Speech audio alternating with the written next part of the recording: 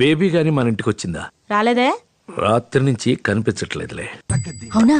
అందరూ వెతుకుతున్నారమ్మా. అయ్యో పాపం. బాధపడకమ్మా, వచ్చేస్తుంది, బేబీ వచ్చేస్తుంది. బాధ బొంగ. నా కొడుకులు ఎవరో కిడ్నాప్ చేసి కిడ్నీ కళ్ళు అమ్మేసుంటారు.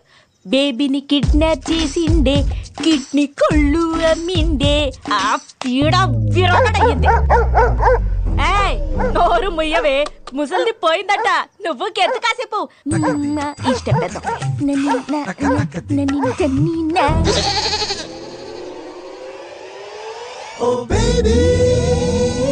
అండి,